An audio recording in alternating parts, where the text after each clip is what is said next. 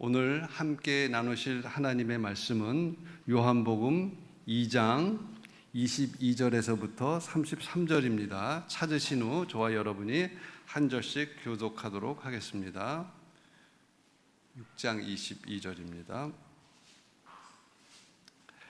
이튿날 바다 건너편에 서 있던 무리가 배 한 척 외에 다른 배가 거기 없는 것과 또 어제 예수께서 제자들과 함께 그 배에 오르지 아니하시고 제자들만 가는 것을 보았더니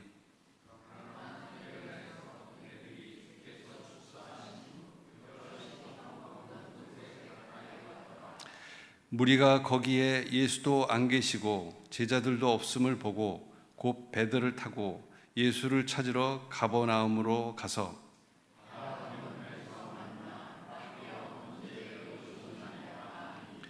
예수께서 대답하여 이르시되 내가 진실로 진실로 너희에게 이르노니 너희가 나를 찾는 것은 표적을 본 까닭이 아니요 떡을 먹고 배부른 까닭이로다.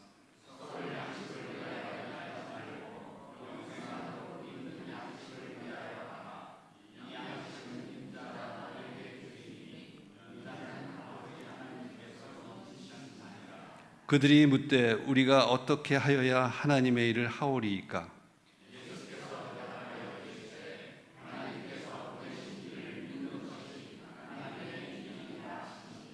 그들이 묻되 그러면 우리가 보고 당신을 믿도록 행하시는 표적이 무엇이니이까? 하시는 일이 무엇이니이까?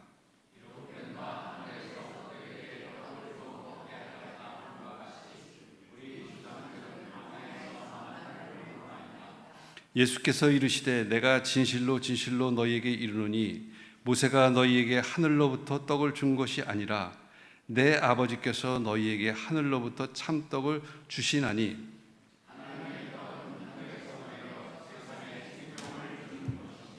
아멘. 김건주 목사님께서 알면서 삶으로 7번째로 죄 이면의 죄, 마음의 우상을 제거하라는 제목으로 말씀 전해 주시겠습니다. 다시 한번 서로에게 인사했으면 좋겠습니다. 가을 즐기십시오. 그렇게 인사하실래요?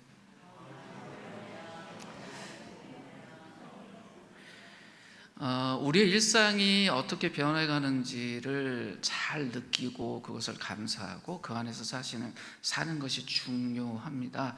우린 하루하루 살잖아요. 근데 그 하루의 의미를 잘 보는 것이 중요합니다.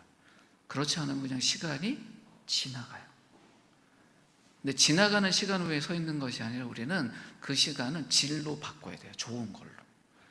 다음 주 저희가 소그룹도 안 하고 뭐 하죠? 가을 산책을 합니다. 왜요? 왜 그럴까요? 네? 뭐라고요? 가을을 즐기기 위해서. 맞습니다. 근데 왜 가을을 즐기기 위해서 교회 생명 같은 소그룹도 쉬고 그 일을 할까? 그 질문을 하셔야 돼요. 왜 그럴까요? 지난주도 말씀드렸지만 하나님의 자연 안에서 하나님을 함께 느끼기 위해서 그래요. 함께. 예배 앞부분을 우리가 찬양할 때 홀로 걷지 않는다라는 찬양을 했었어요. 오늘 설교의 마지막 메시지이기도 합니다. 함께 한다는 것의 의미가 무엇인가? 지난주에 저희가 삶의 방식으로서의 회개라는 주제로 말씀 함께 나눴잖아요. 근데 그 말씀에 발단이 됐던 예수님의 말씀이 있었습니다. 기억하십니까? 그러니까 우리가 복음서가 4개가 있잖아요. 근데 그 복음서 중에 가장 먼저 써진 복음서라고 다들 생각하는 마가복음서에 가장 먼저 나오는 예수님의 말씀이 무엇이었죠? 한번 띄워주시겠어요?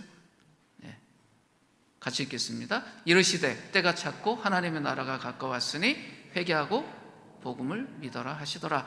그러니까 마가복음에서 알려주는 가장 우선된 예수님의 말씀은 저 말씀이었어요. 회개하라. 그 다음에 복음을 믿어라. 이 두 가지가 그리스도인의 삶에서 계속적으로 반복되는, 그리스도의 삶이 뭘로 이루어져요? 회개와 복음을 믿음으로. 회개와 믿음은 이벤트이긴 하지만 그냥 일시적인 이벤트에 아니면 지속적으로 계속 이어지고 반복되는 삶의 방식이에요.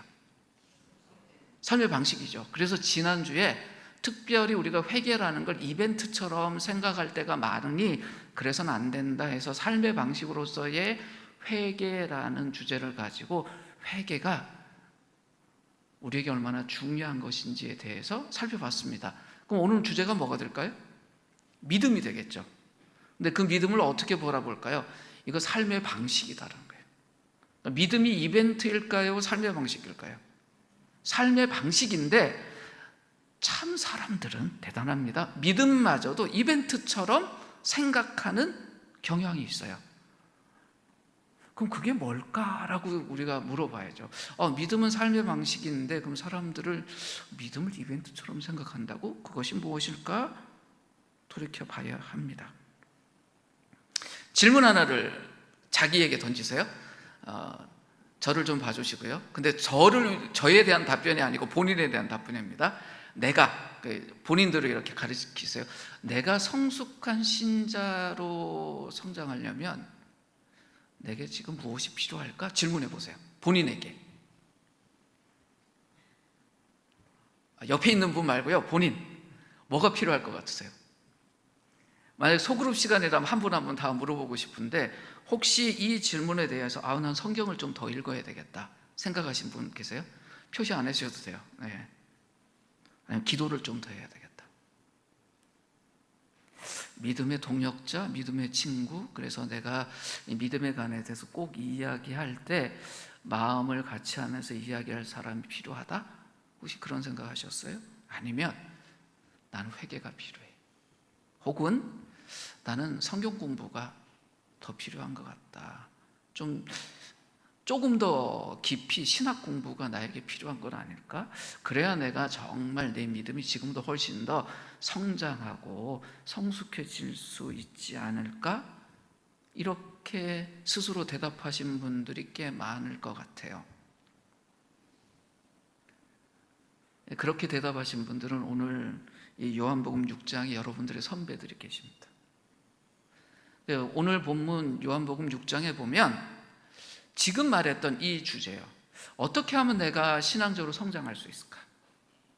내가 어떻게 하면 진짜 믿음을 가진 사람이 될 수 있을까라는 그 질문을 들고 예수님을 찾아온 사람들이 있어요. 그것도 바다를 통과해서. 그런데 그들의 그 질문에 대해서 예수님이 참 의외의 대답을 해 주십니다. 그게 오늘 본문 28절, 29절에 있는 말씀이거든요. 같이 천천히 한번 읽겠습니다. 시작. 그들이 예수께 물었다. 우리가 무엇을 하여야 하나님의 일을 하는 것이 됩니까? 예수께서 그들에게 대답하셨다. 하나님께서 보내신 일을 믿는 것이 곧 하나님의 일이다. 이것이 오늘 본문의 핵심적인 대화예요. 이분들이 뭘 물어요? 우리가 뭘 하면 하나님이 기뻐하실까요? 내가 어떤 일을 하면 내 믿음이 하나님이 인정하시는 만한 믿음이 될까요? 내가 뭘 하면 내 믿음이 성장할까요? 내가 뭘 하면 구원 얻을까요? 내가 뭘 하면 영생 얻을까요? 이렇게 질문한 거예요.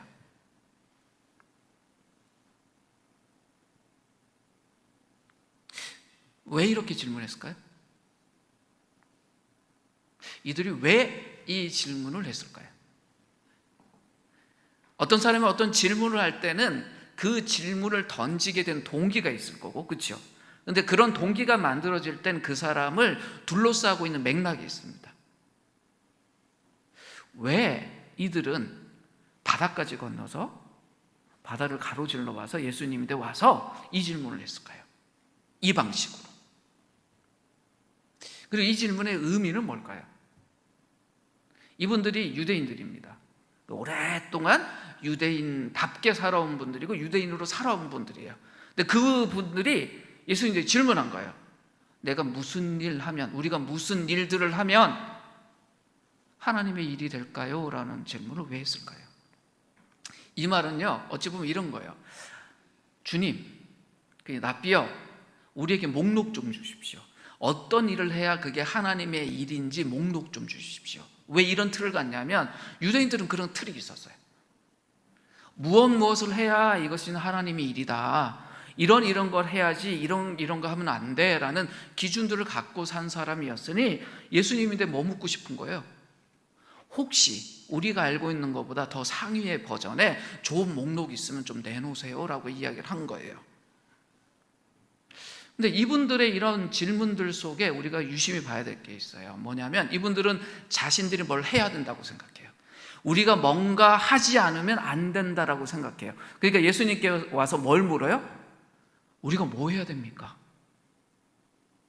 해야 된다는 건 전제 조건이고 뭘 해야 되는지를 물어요.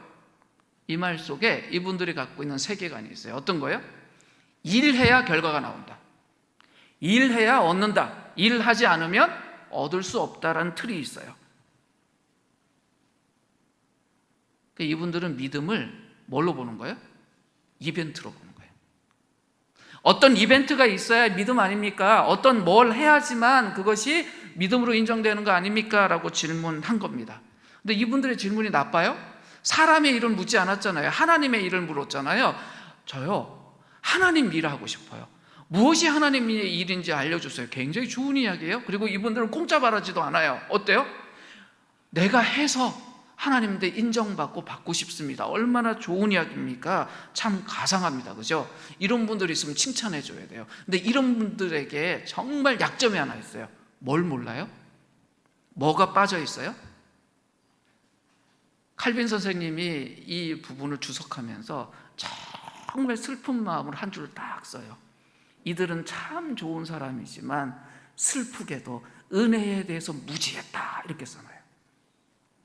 본인들이 뭘 해야지만 된다고 생각해요. 근데 예수님 대답이 뭐였나요? 너희들 많은 거 해야 된다고 생각하지 마라. 하나만 하면 된다. 뭐요? 믿어라. 믿는 것이 하나님 일하는 거다.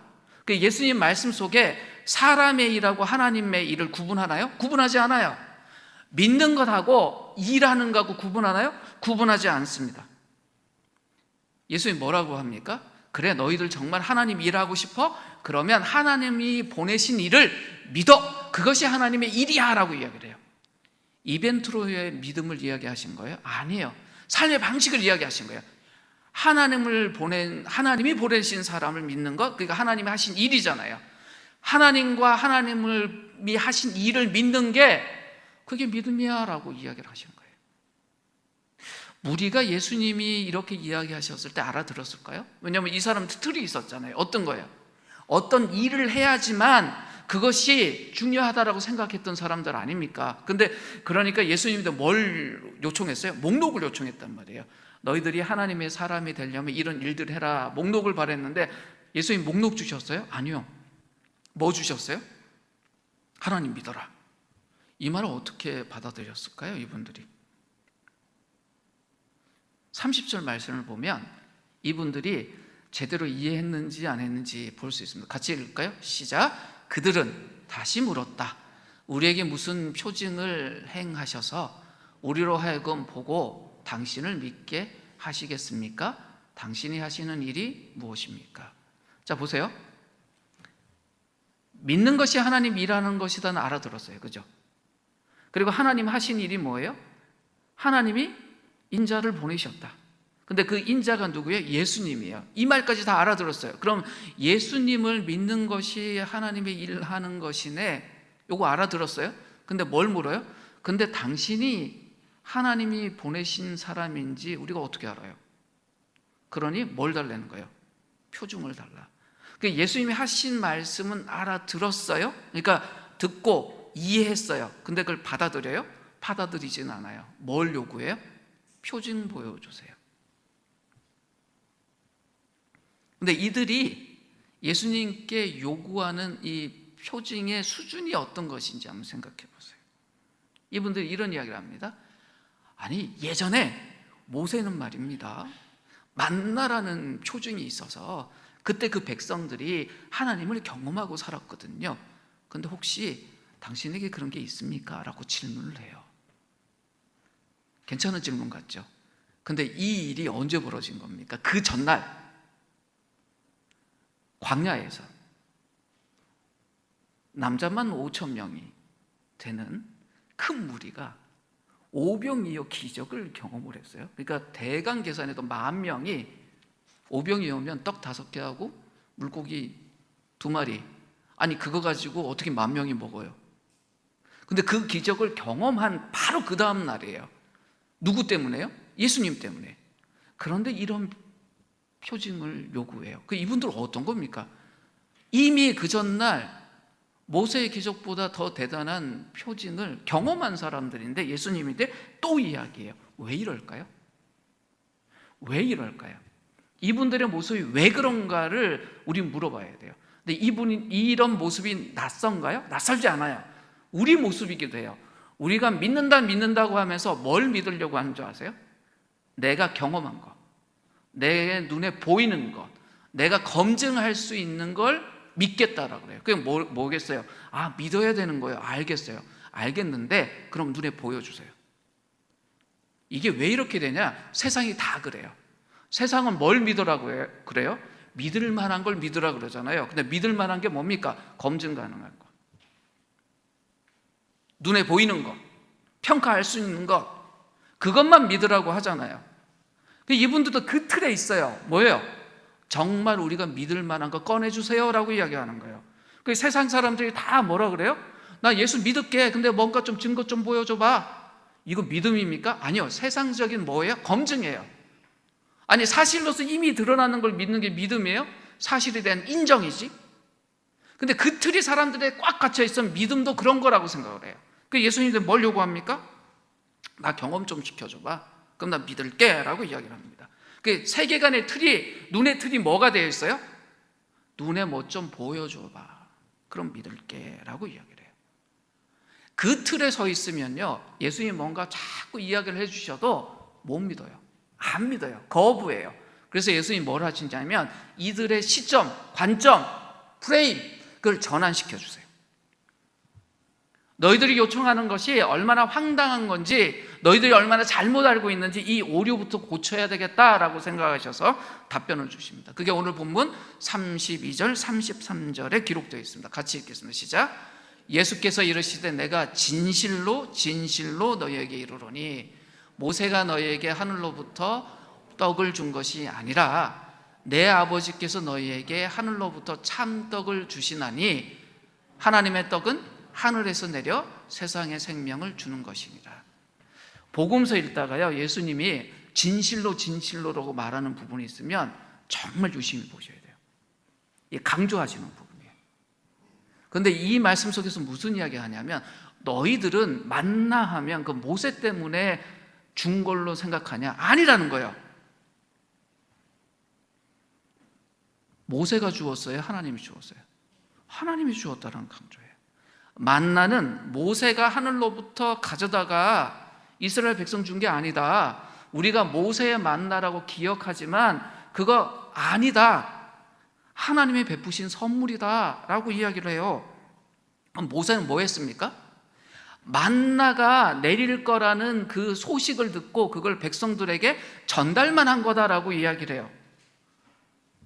만나의 첫 이야기가 되는 출애굽기로 한번 돌아가 보죠. 출애굽기 16장 11절 12절 말씀 한번 띄워주시겠습니까? 같이 읽을까요? 시작. 여호와께서 모세에게 말씀하여 이르시되 내가 이스라엘 자손의 원망함을 들었노라. 그들에게 말하여 이르기를 너희가 해 질 때에는 고기를 먹고 아침에는 떡으로 배부리리니 내가 여호와 너희의 하나님인 줄 알리라 하라 하십니다. 만나에 대한 것이 내리기 이전에 하나님이 모세에게 무슨 이야기를 했냐면 앞으로 너희들에게 만나가 내릴 거라고 가서 전해라. 그런데 그 내용 보면 뭐예요? 너희들이 원망하는 걸 내가 들었다. 너희들이 먹을 게 없어서 원망하는 거 내가 들었다. 그런데 가만히 보세요. 계속 말씀 좀 띄워주세요. 이 만나가 요구에 대한 반응으로 주신 거예요? 만나라는 걸 사람들이 있는지도 몰랐어요. 만나라는 히브리 말의 뜻이 뭔지 아세요? 이게 뭐야? 라는 뜻이에요. 이거 원래 원어의 뜻이 뭐냐면 만나를 처음 봤을 때 이게 도무지 뭔지 모르잖아요. 우리 같으면 이게 뭐야? 그게 만나요. 만나? 그랬더니 그게 고유명사가 됐어요. 그거 볼 때마다 이런 거예요. 아침마다 만나? 이게 뭐지? 이게 뭐지? 그런데 이거 주어진 목적이 뭐라고 해요? 내가 하나님이란 것을 알게 하기 위해서 주는 거라고 이야기를 하세요. 모세가 이것을 백성들에게 이야기해요. 이제 매일 아침마다 만나가 내릴 거다. 듣는 사람들의 입장에선 마치 모세의 그 말 때문에 자기들인데 만나가 오는 것처럼 오해할 수도 있었겠죠. 근데 보세요. 모세가 기대하지도 않고 구하지도 않고 때로는 원망하고 막 그러고 있는데 만나는 내려요. 무엇 때문에요? 하나님의 은혜로. 만나 기적에서 보여준 핵심이 이거예요. 예수님 이걸 갖고 오세요. 하나님에 대해서 믿는 사람은 어떻게 했을까요? 아침에 만나 따로 갔겠죠. 그런데 하나님에 대해서 믿지 않고 불신하는 사람은 만나러 갔을까요? 만나러 가지 않았어요. 그들이 해야 되는 일은 딱 하나 뭐였어요? 하나님을 믿는 것이었어요. 그런데 예수님이 왜 이 이야기를 하셨을까요? 사람의 삶의 가장 중심에 있는 게 뭡니까? 먹고 사는 문제예요. 믿음에 대한 이야기를 하는데 예수님은 삥 돌려 이야기하지 않으십니다. 먹고 사는 문제 이야기하세요. 너희들 그 광야에 만나 이야기 잘했다. 먹고 사는 것이 우리 삶의 중심에 있다. 이스라엘 백성들도 가장 큰 불평과 불만이 뭐였습니까? 먹고 사는 문제였어요. 예수님의 사역 중에서도 오병이어가 있을 때 사람들이 열광해요. 왜? 그들의 먹고 사는 문제가 해결되는 걸 경험했잖아요. 먹고 사는 문제하고요, 믿음의 문제는 붙어 있어요. 이게 분리되어 있는 것이 아니에요. 매일 우리가 염려하고 걱정하는 것이 사실은 무엇 때문입니까? 먹고 사는 문제예요. 근데 이 먹고 사는 문제가 우리에게 늘 어디로 끌고 가냐면 두려움으로 갖고 간다고요. 어떤 거예요? 앞으로도 계속 내가 잘 먹고 잘 살 수 있을까? 우리 다음 세대는 어떨까? 이제 우리 손주까지들 걱정하는 나이가 되셨잖아요. 이거 지나가면 손주들 때 가면 어떨까? 우리가 굉장히 정치적인 사람들은 아닌데 정치적인 이벤트에 왜 고민해요? 그게 내일이라서 그래요. 왜요? 먹고 사는 문제거든요. 국회의원 잘못 뽑고 대통령 잘못 뽑으면 그들하고 나하고 일면식도 없지만 내 사는 문제에 걸리니까 뭘 걱정해요? 잘 뽑아야 되는데. 우리 삶의 중심에 뭐가 있어요? 먹고 사는 문제가 있어요. 그럼 예수님 이 이야기를 하실까요? 안 하실까요? 하세요. 오히려 우리 삶의 가장 중심에 있는 이 먹고 사는 문제가 믿음의 문제하고 관련이 있다고요.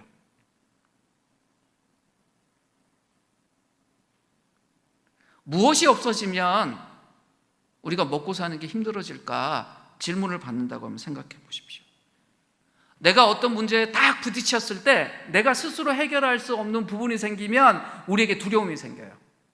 내가 해결할 수 있는 문제를 자신의 두려움으로 만드는 사람은 없어요. 저는 웬만한 어려운 책 이렇게 받아들어도요, 이렇게 숙제하고 해야 될 때 걱정 안 합니다. 왜냐하면 교만해서 그래요. 지식으로 내가 충분히 이걸 해결할 수 있다는 생각이 있으니 아무리 두꺼운 리포트를 써라 그래도 걱정 안 해요. 보세요. 두려워할 일도 두려워하지 않아요. 자기가 해결할 수 있다고 생각하니까. 무슨 말인지 이해가세요? 그런데 3만 원짜리 물건 하나 살려고 그러면 벌벌 떨어요. 왜요? 이거 사도 될까? 이거 사면 다음 주 내 용돈 줄어드는데 이거 어떻게 되지? 그러면 나 굶어야 되나?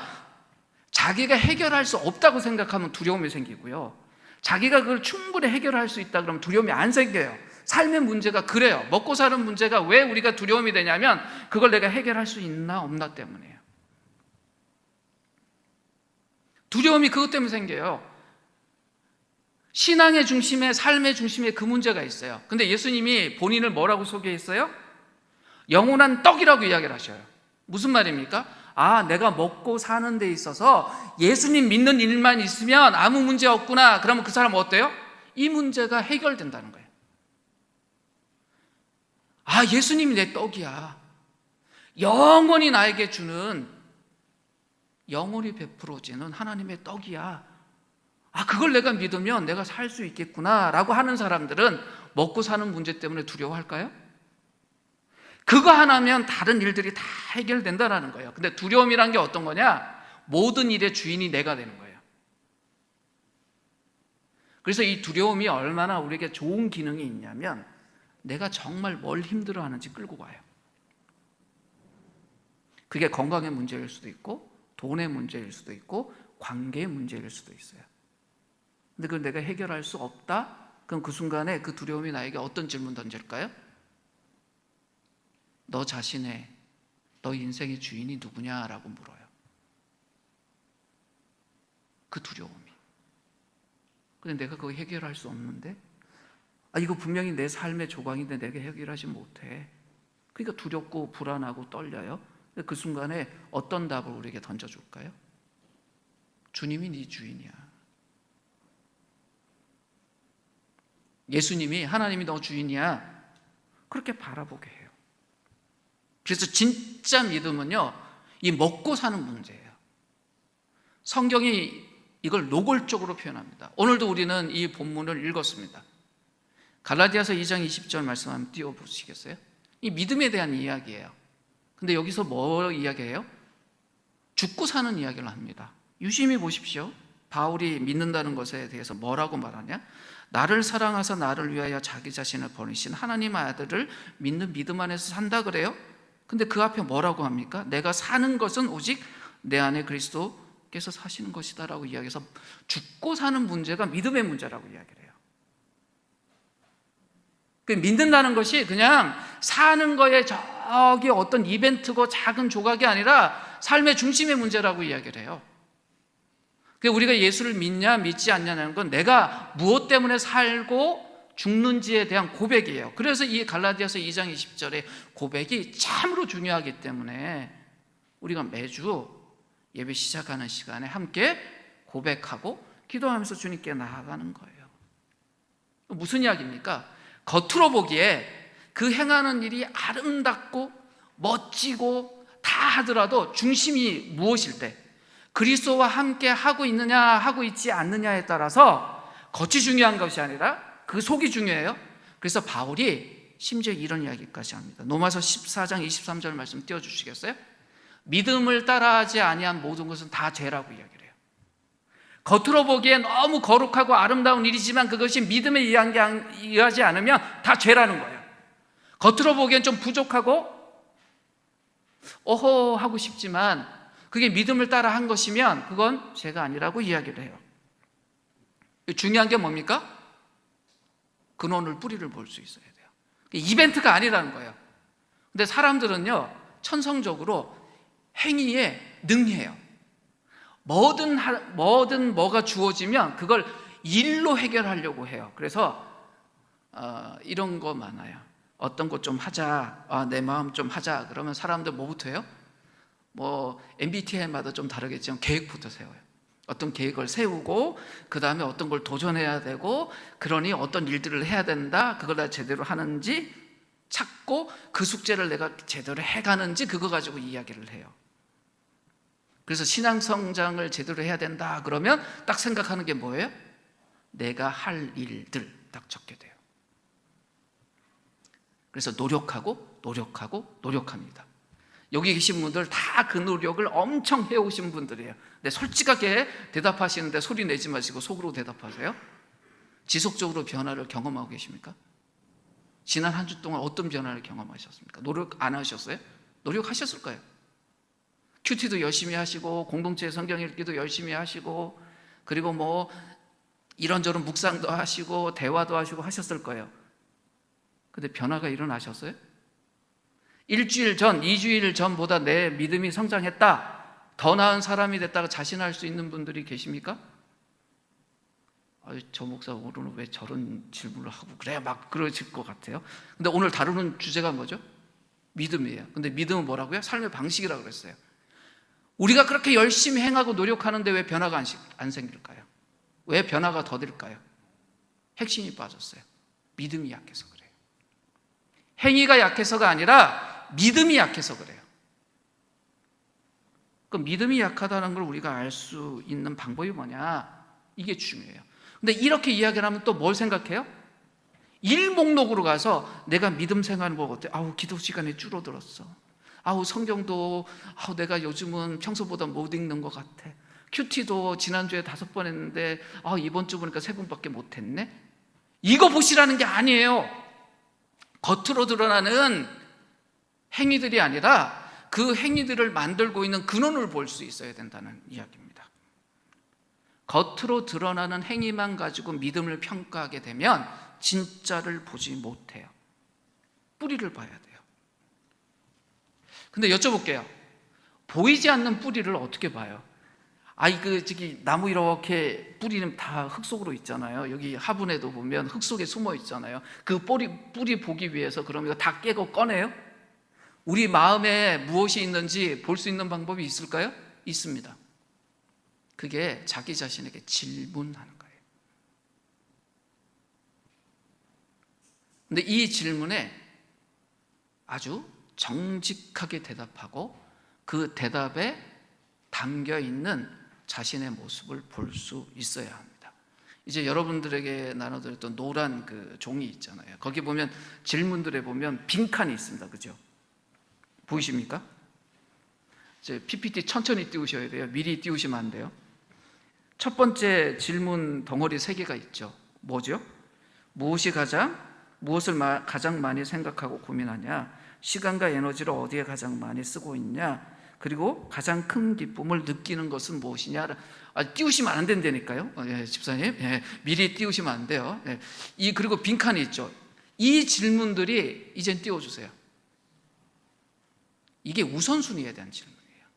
그런데 우리가 당신의 우선순위가 뭡니까? 그러면 하나님이죠 라고 이야기를 하거든요. 다들 그렇게 이야기해요, 신앙인들은. 그런데 저거 지우고 평소에 무엇을 가장 많이 생각하고 고민하냐? 그러면 사람들 편하게 이야기를 해요. 정직하게. 그게 우선순위예요. 내 시간과 에너지를 어디에 가장 지금 평소에 쓰고 있냐? 그게 우선순위예요. 어떤 일이 벌어졌을 때 내가 가장 큰 기쁨을 느끼고 있냐? 그게 우선순위라고요.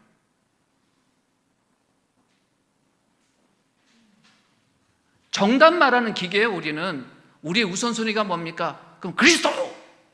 어디 가도 그렇게 외치거든요. 그런데 내가 뭘 가장 많이 생각하고 있는지 물어보면 딴 거 대답해요. 무엇이 우선순위냐?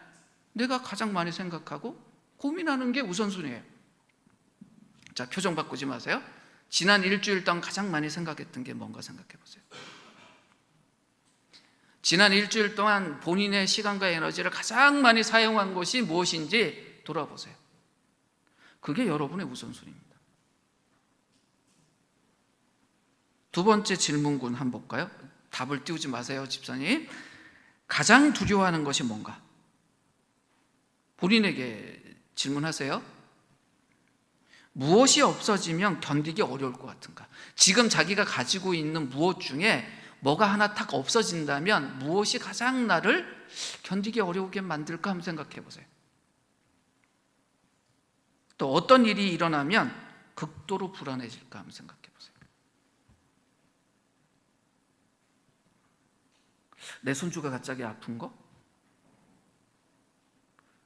내가 투자한 어떤 주식이 폭락하는 거? 뭐 기타 등등 나하고 관계된 삶의 여러 개 중에 어느 것이 나를 가장 두렵고 불안하게 만들까 한번 생각해 보세요. 이게 뭐에 관계된 질문이냐?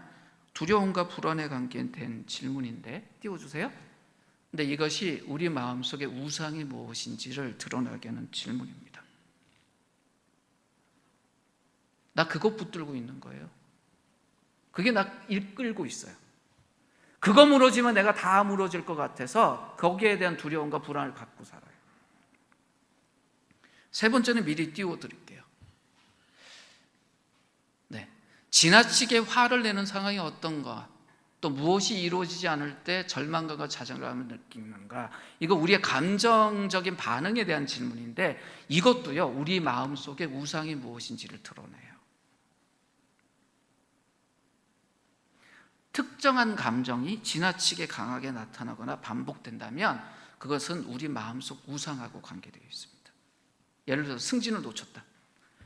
화낼만 하죠. 그렇잖아요. 내가 지금 승진할 케이스인데 승진을 놓쳤다. 화날까요? 안 날까요? 우리 아들이 이번에 승진할 케이스인데 놓쳤다. 화날까요? 안 날까요? 화나요. 근데 극도로 화를 낸다. 한 일주일 화나면 정상적인 것 같은데 1년 내내 화내고 있다. 뭘까요? 그것이 우상이라는 뜻이에요. 사랑하는 연인하고 지금 갈등을 일으켰다. 화날까요? 화나지 않을까요? 화나요. 근데 그것이 정상적인 어떤 걸 넘어서 지나치게 화를 내고 그것 때문에 극도로 흥분하고 다른 모든 것을 좀 망쳐버릴 만큼 화내고 있다. 그럼 그 사랑이란 것이 우상으로 작동하고 있다는 거예요. 근데 우리는 그렇게 바라보려고 하지 않아요. 마지막으로요, 어떤 문제에 대해서 자주 변명하는지도 물어봐야 돼요. 왜냐하면 저를 좀 봐주세요. 자기 마음속에 어떤 우상이 있으면 그것이 공격당할 때요, 자기도 모르게 자꾸 변명해요. 그리고 그걸 정당화시켜요. 나도 모르게 무언가에 대해서 자꾸 변명하고 정당화한다면 내 마음속에 그것이 내 우상으로 자리 잡고 있기 때문에 그것에 대해서 변명하고 정당화하려고 해요. 우린 뿌리를 봐야 됩니다. 그림 하나를 띄워드리겠습니다. 이 그림은 아마 생전 처음 보실 거예요. 왜냐하면 어제 제가 AI로 그린 거예요. 요즘 AI가요, 그림 그려라 그럼 나오거든요. 근데 저쪽에 보면 나무 쪽을 보세요. 위에 있는 나무의 모습을 보면 굉장히 풍성하잖아요. 근데 밑에 보이지 않는 뿌리 쪽은 어때요? 위험해요. 건강하지 못해요. 막 벌레도 있어요.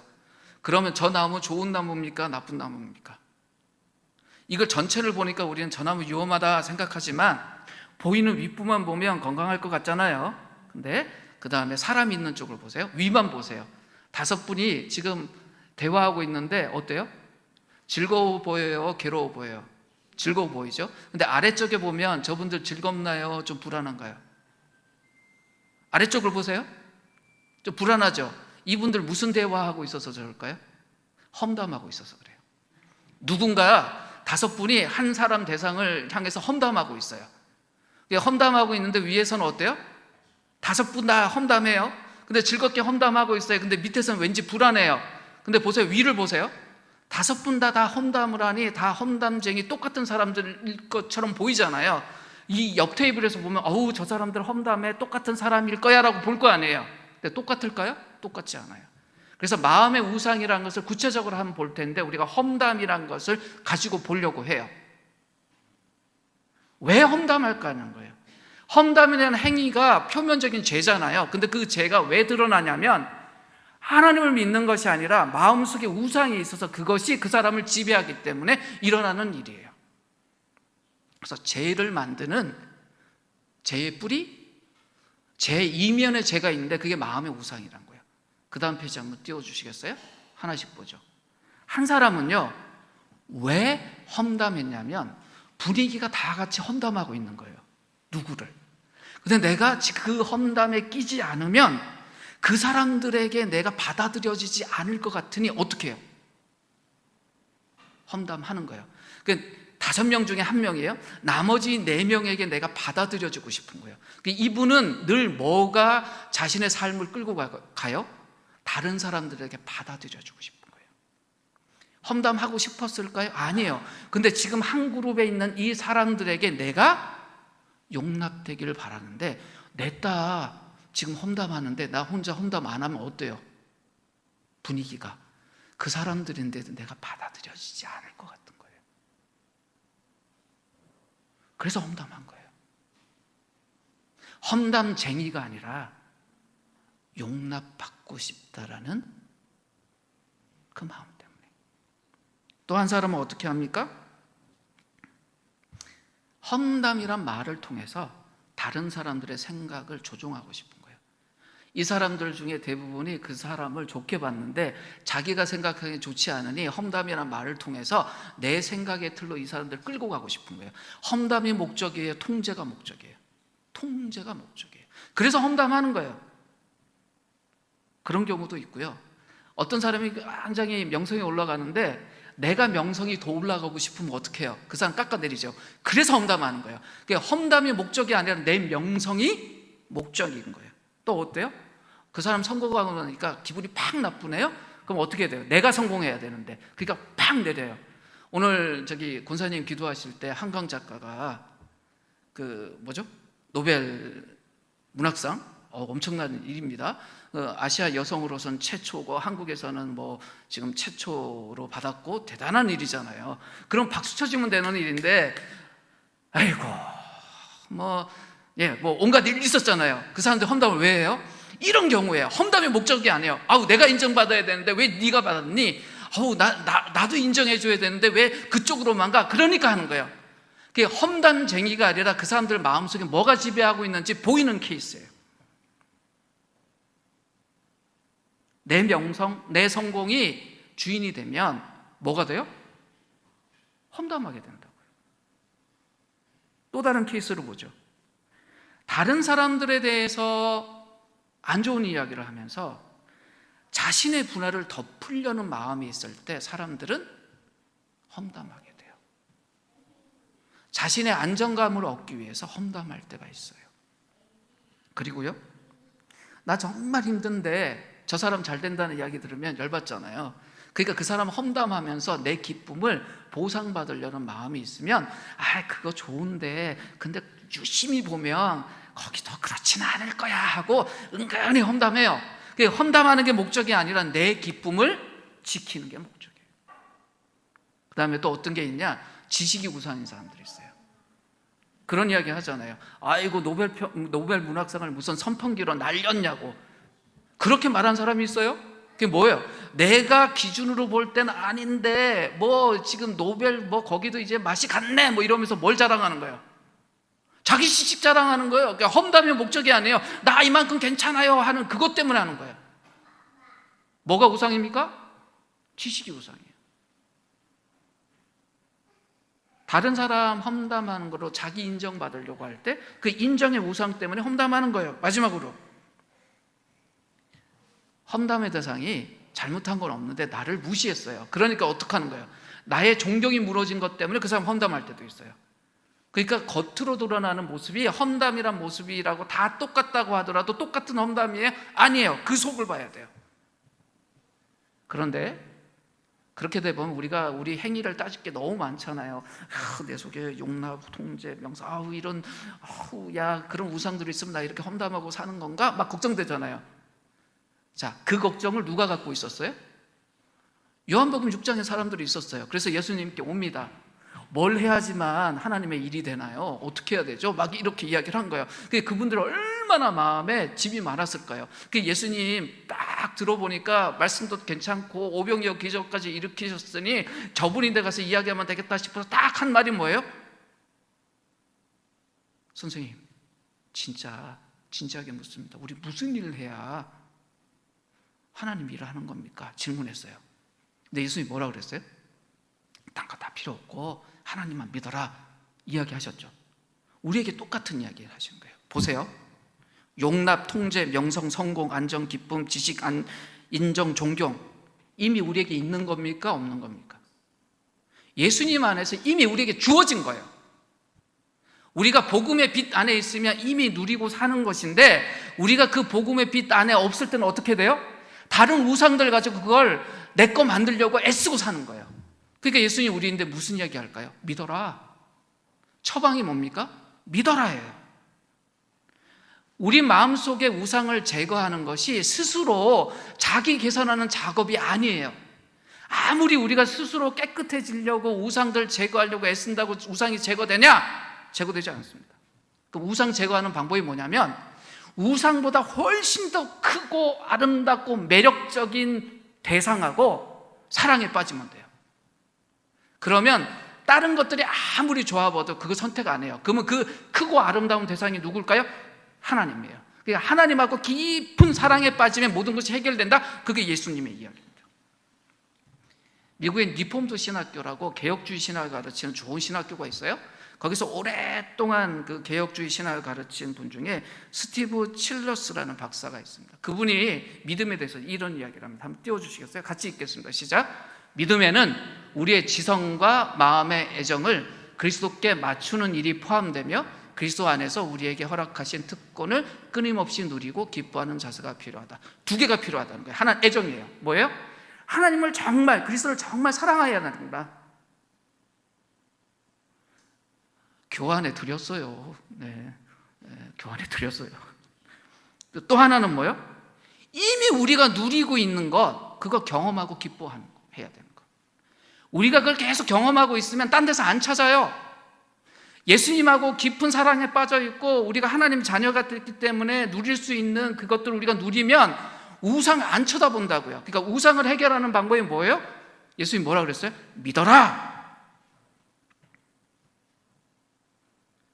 복음을 믿어라 그러잖아요. 우리가 어떤 사람이에요? 이미 하나님 안에서 하나님 자녀를 인정받은 사람이라고요.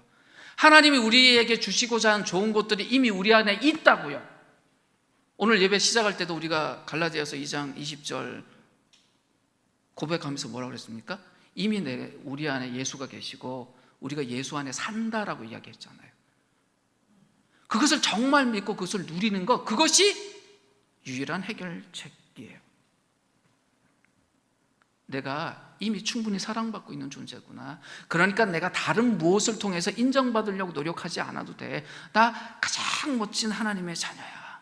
하나님 나를 사랑하셔. 그 때문에 그리스도가 죽고 나를 살리셨어. 여기에 있으면 우상들이 우리를 괴롭히지 못해요. 근데 우리가 자꾸 거기서 어긋나니까 뭐예요? 다른 걸 통해서 그걸 보충하고 채우려고 하는 거예요. 근데 이게 쉬운 거냐? 쉽지 않아요. 믿음이 이벤트라고요? 아니에요. 삶의 방식이에요. 그러니까 어떻게 해야 돼요? 끊임없이 이것을 우리 삶에서 묵상하고 자기에 적용해야 돼요. 나는 하나님의 자녀야. 하나님 나를 인정하셔. 나를 용납하셨어. 나를 멋지게 지금 이끌고 있으셔. 이걸 계속 나에게 인정하고 자꾸 적용하면 내가 변해가요? 근데 이것이 혼자 할 수 있는 일이냐? 혼자 할 수 없어요. 왜? 그 누구도 자기 자신의 얼굴을 볼 수 있는 존재는 없거든요. 그러니까 우리에게 누가 필요해요? 서로를 봐줄 수 있는 사람들이 필요해요. 그러니까 믿음은 홀로 걸을 수 있는 길이 아니에요. 믿음은요, 함께 걸어야 되는 길이에요. 어떻게 해요? 함께 예수님을 묵상하고 함께 예수님을 예배하고 함께 그 복음을 적용하고 있는 모습이 드러나는 것을 봐줄 수 있는 사람들이 필요한 거예요.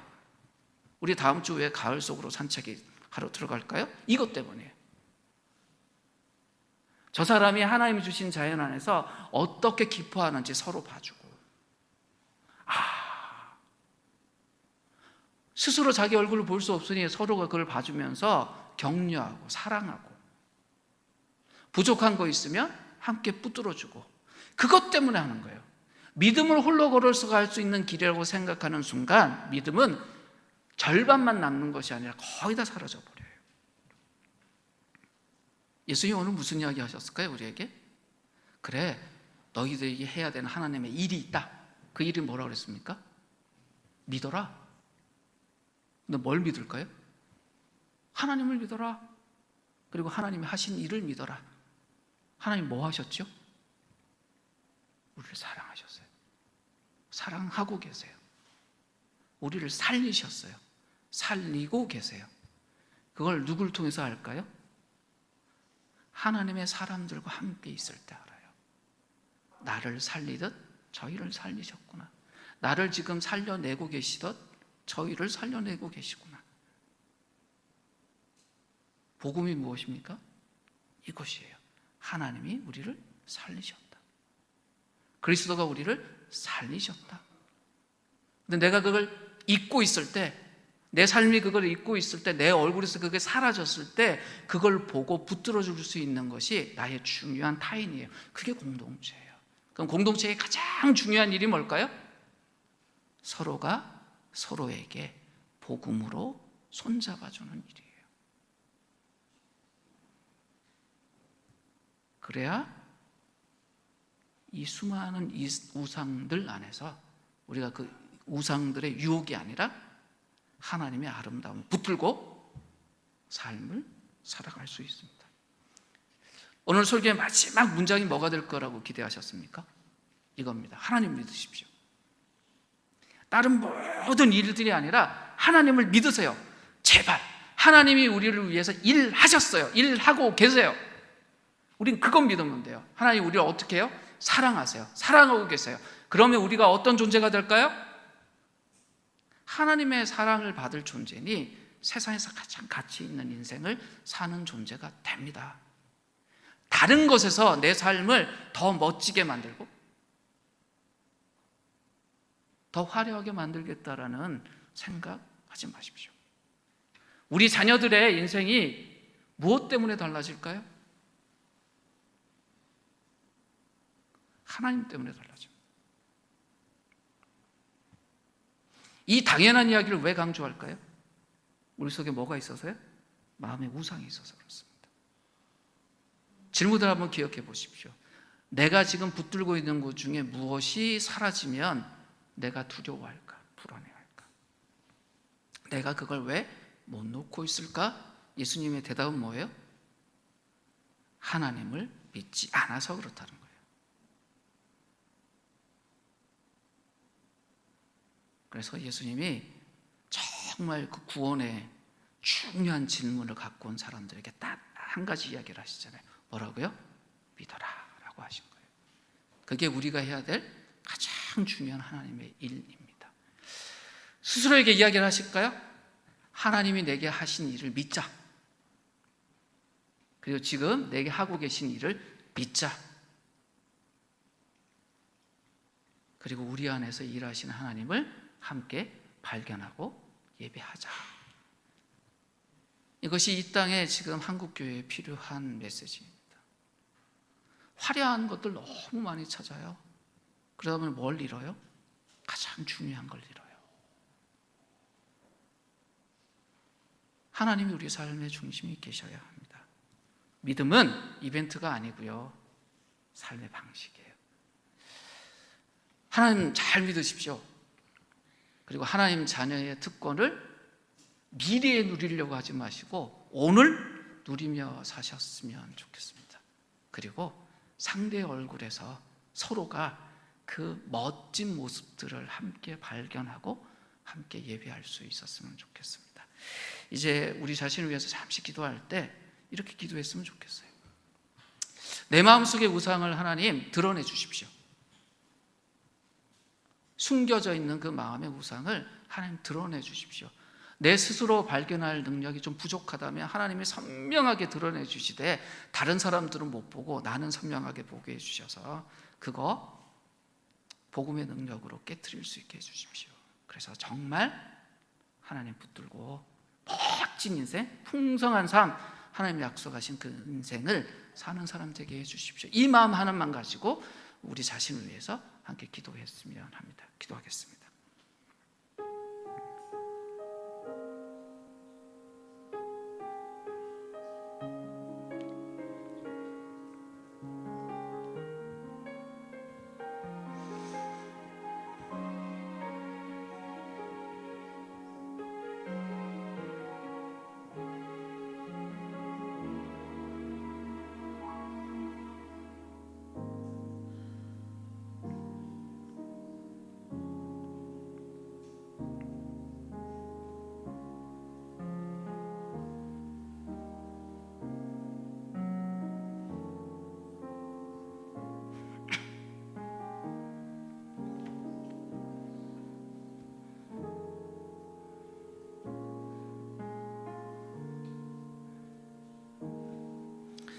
하나님 아버지, 날마다 우리를 향해 하나님을 믿으라고, 하나님을 신뢰하라고, 하나님이 우리 안에서 하시는 일을 믿고 누리라고 초대하고 초청하시는 그 말씀 앞에 우리가 온전히 순종하며 그 하나님의 은혜를 우리의 일상의 삶 속에서 참으로 누리며 사는 개인과 공동체가 될 수 있게 해주십시오.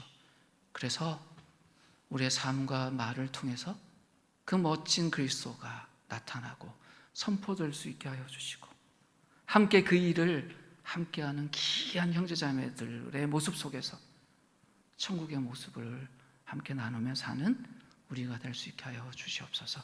예수님의 이름으로 기도드립니다.